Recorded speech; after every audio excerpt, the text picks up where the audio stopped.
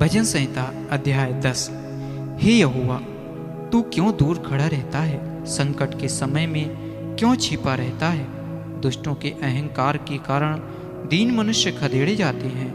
वे अपनी ही निकाली हुई युक्तियों में फंस जाएं, क्योंकि दुष्ट अपनी अभिलाषा पर घमंड करता है और लोभी परमेश्वर को त्याग देता है और उसका तिरस्कार करता है।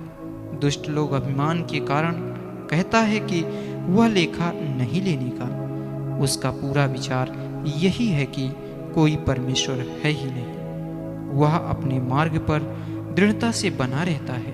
तेरे न्याय के विचार ऐसे ऊंचे पर होते हैं कि उसकी दृष्टि वहां तक नहीं पहुंचती। जितने उसके विरोधी हैं उन पर वह हुंकारता है। वह अपने मन में कहता है, मैं कभी टलने का नहीं, मैं पीढ़ी से पीढ़ी तक दुख से बचा रहूंगा। उसका मुंह साप और छल और अंधेर से भरा है। उत्पात और अनर्थ की बातें उसके मुंह में है। वह गांव में घात लगाकर बैठा करता है और गुप्त स्थानों में निर्दोष को घात करता है।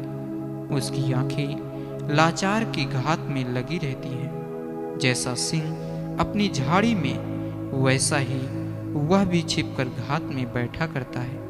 वह दीन को पकड़ने के लिए घात लगाए रहता है। वह दीन को अपने जाल में फंसाकर घसीट लाता है, तब उसे पकड़ लेता है। वह झुक जाता है और वह दुबक कर बैठता है और लाचार लोग उसके महाबली हाथों से पटके जाते हैं। वह अपने मन में सोचता है, ईश्वर भूल गया। वह अपना मुंह छिपाता है, वह कभी नहीं देखेगा। उठ हे यहोवा, हे परमेश्वर, अपना हाथ बढ़ा और दीनों को न भूल।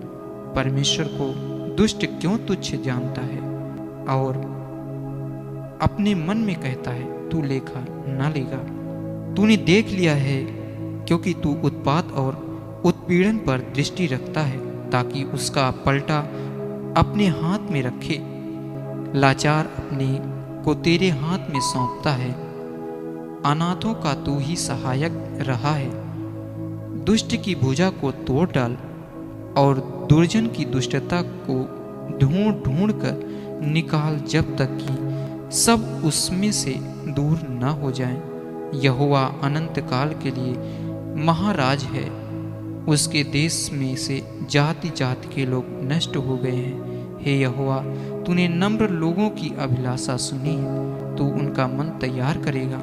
तू कान लगाकर सुनेगा कि अनाथ और पिसे हुए का न्याय करें, ताकि मनुष्य जो मिट्टी से बना है फिर भय दिखाने न पाए। आमीन।